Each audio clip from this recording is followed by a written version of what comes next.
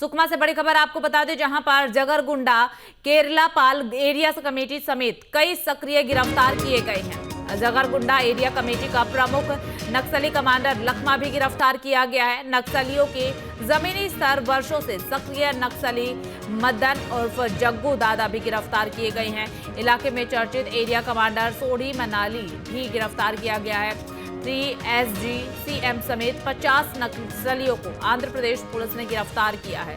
ये बड़ी अपडेट सुकमा से इस वक्त आपको बता रहे हैं। 50 से अधिक नक्सलियों को गिरफ्तार किया गया। तमाम जो नाम हमेशा सुर्खियों में रहते थे उन नामों को भी गिरफ्तार कर लिया गया है। जगरगुंडा केरलापाल एरिया में ये बड़ी कार्रवाई जो है वो देखने को मिली है और इस एरिया का प्रमुख भी गिरफ्तार कर लिया गया है। इसी खबर पर ज्यादा जानकारी के साथ संवाददाता भरत दुर्गम फोन लाइन पर जुड़ चुके हैं। भरत, फिलहाल क्या कुछ जानकारी आपके पास है? एक बड़ी कामयाबी यूं कह सकते हैं मिली है?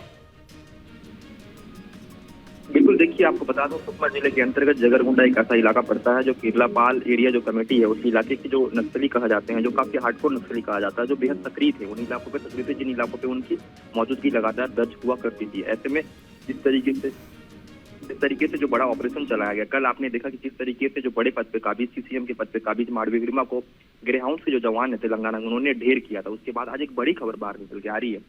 एक नहीं दो नहीं, SZCM के पद पे जो काबिज हैं 50 नक्सलियों ने आंध्र प्रदेश पुलिस के समक्ष जो है आत्मसमर्पण किया है। एक बड़ा झटका जो है माओवादी संगठन को इससे देखने को मिल रहा है। वहीं एक पुलिस को इस पूरे मामले को लेकर एक बड़ा सफलता देखी जा रही है।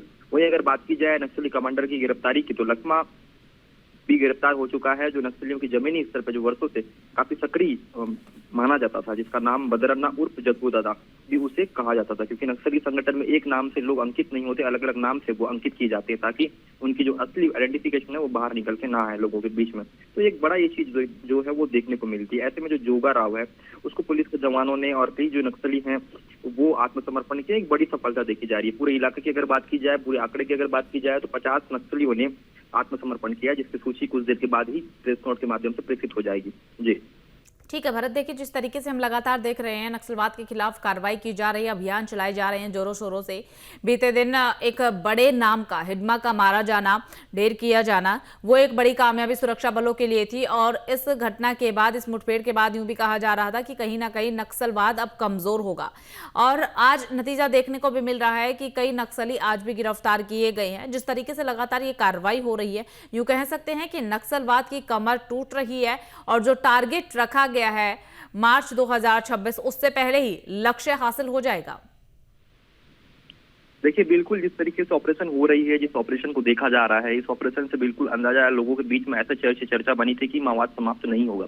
लेकिन जिस तरीके से ऑपरेशन हो रहे हैं, जो एंटी नक्सल ऑपरेशन चलाए जा रहे हैं, इस ऑपरेशन में बड़े नक्सली जिसकी चर्चा देश ही नहीं विदेश में भी होती है, अगर वो नक्सली को पुलिस के जवान ढेर कर रहे हैं, मार रहे हैं, मात दे रहे हैं, जरा सोचिएगा कि आमतौर पर जो सामान्य नक्सली होते हैं, जो वर्दीधारी नक्सली होते हैं, जो छोटे पद पर काबिज होते हैं, तो उनकी क्या स्थिति होगी। ऐसे में बहुत से नक्सली ये अभी वजह माना जा रहा है कि जो बड़े बड़े नक्सली मारे जा रहे हैं, जिसकी वजह से छोटे नक्सली हैं SZCM के पद की बात की जाए या फिर DKSZC की बात की जाए, वो नक्सली आत्मसमर्पण भी कर रहे हैं। तो लगातार जो नक्सली मारा गया मांडवी वर्मा, उसकी अगर बात की जाए तो उसके क्षेत्र पे जाकर जो छत्तीसगढ़ के गृह मंत्री है विजय शर्मा ने एक अपील भी की थी कि घर वापस आ जाओ। अगर घर वापसी उनकी होती है बिल्कुल बिल्कुल भरत, ये मां की तरफ से अपील की गई थी। मां की अपील नहीं मानने का नतीजा जो है कि जान गंवानी पड़ी। बहुत बहुत शुक्रिया आपका तमाम जानकारी साझा करने के लिए।